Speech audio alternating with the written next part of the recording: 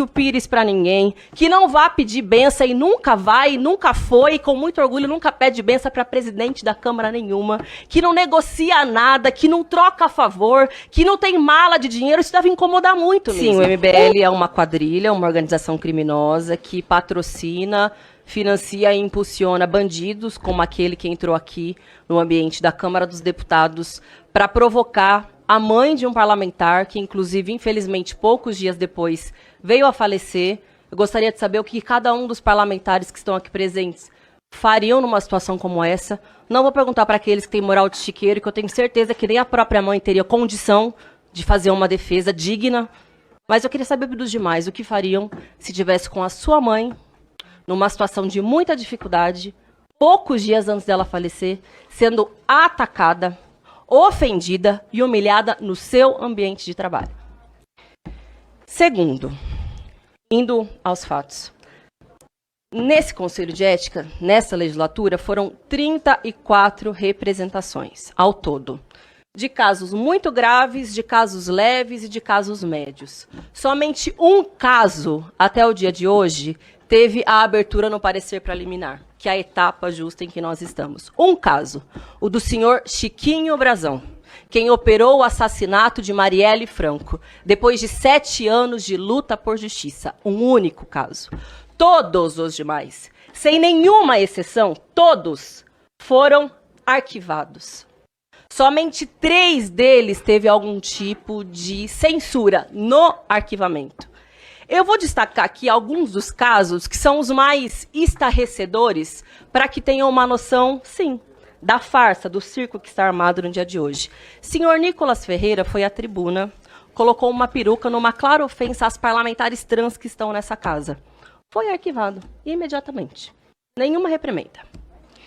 Salles fez apologia à ditadura durante uma sessão da CPI do MST. Imediatamente arquivado. Os golpistas que ajudaram a patrocinar o quebra-quebra do 8 de janeiro nem sequer foram encaminhados os casos ao Conselho de Ética. Estão todos até hoje parados na mesa do senhor Arthur Lira. Senhor delegado da Cunha, que apareceu no Fantástico, um vídeo dele espancando a namorada. E aí não é uma acusação. Há um vídeo dele espancando a namorada.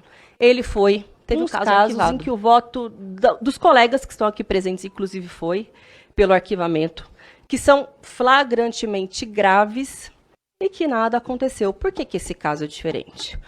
Um deputado pode alegar que é porque não gostam do comportamento do deputado Glauber. Porque isso ofende, isso, né, traz um desconforto para as pessoas.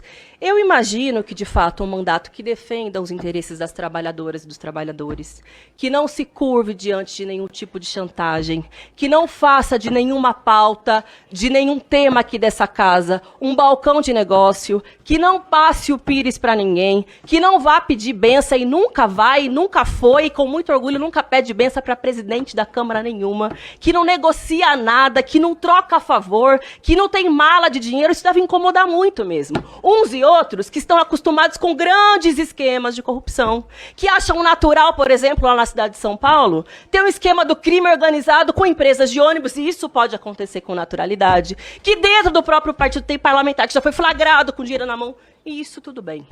Agora, um parlamentar que utiliza o seu mandato para defender os trabalhadores, isso incomoda muita gente. Pois bem, foi eleito para isso, para representar os trabalhadores, para enfrentar corruptos, autoritários, golpistas e aqueles que fazem dos seus mandatos instrumento de enriquecimento próprio. E por que esse caso é diferente? Todos nós sabemos. Porque o presidente da Câmara não gosta do Glauber. Persegue o Glauber há muitos mandatos. E se vocês acham que... E eu queria pedir só mais um minuto, por gentileza, presidente, para que eu possa concluir a minha fala.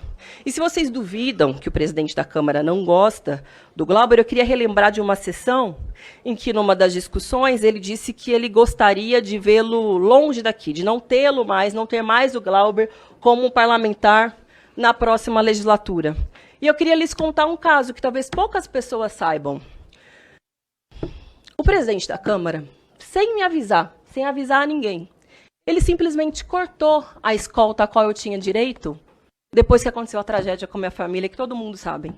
De uma hora para outra, ele cortou a escolta Ninguém entendeu. Eu não entendi.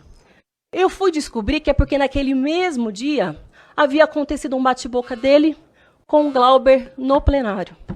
A minha assessoria foi conversar com a mesa diretora para tentar entender por que isso tinha acontecido e até hoje eu não tenho nenhuma resposta. Então, se vocês duvidam do que esse homem é capaz de fazer, saibam, sim, ele é capaz de ir até as últimas consequências mais cruéis para penalizar aqueles que ele considera adversário. Mas eu vou dizer, me dá orgulho, muito orgulho, ser companheira de alguém que tem um sujeito com essa índole como o principal adversário. Glauber Finck.